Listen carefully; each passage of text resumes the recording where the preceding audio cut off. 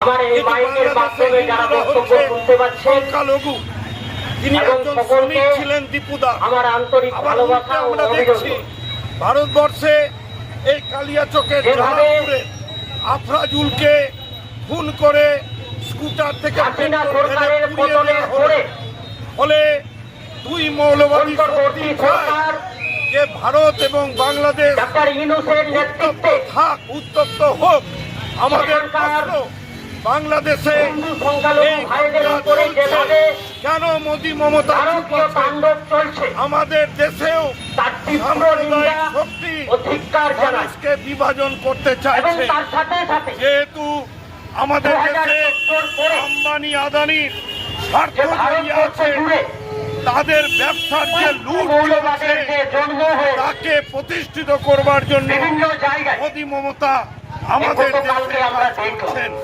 আর অন্যদিকে মানুষের রুজি জীবন জীবিকার প্রশ্নগুলোকে ধামাচাপা দিতে চাইছেন। আমাদের এলাকায় মানুষ বসবাস করে আছেন, আজকে তাদের জমির কোনো ব্যবস্থা হচ্ছে না। এতই মন্দির মসজিদ খরচ, তাহলে হাজার হাজার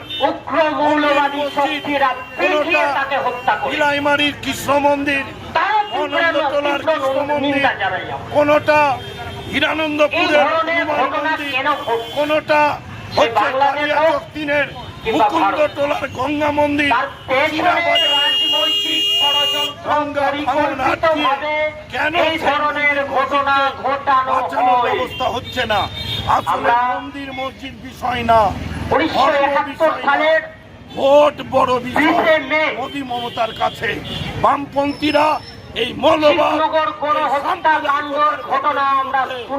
যুদ্ধ করবে, আজীবন করে মানুষকে গণতন্ত্র শান্তি শান্তির কথা মানুষ আনবার সেনাবাহিনীর হাতে আজকে আমরা প্রায় 10,000 প্রতিবাদ জানিয়ে হিন্দু মুসলিম সকল মানুষকে আমরা আজকে রাস্তায় সেভাবে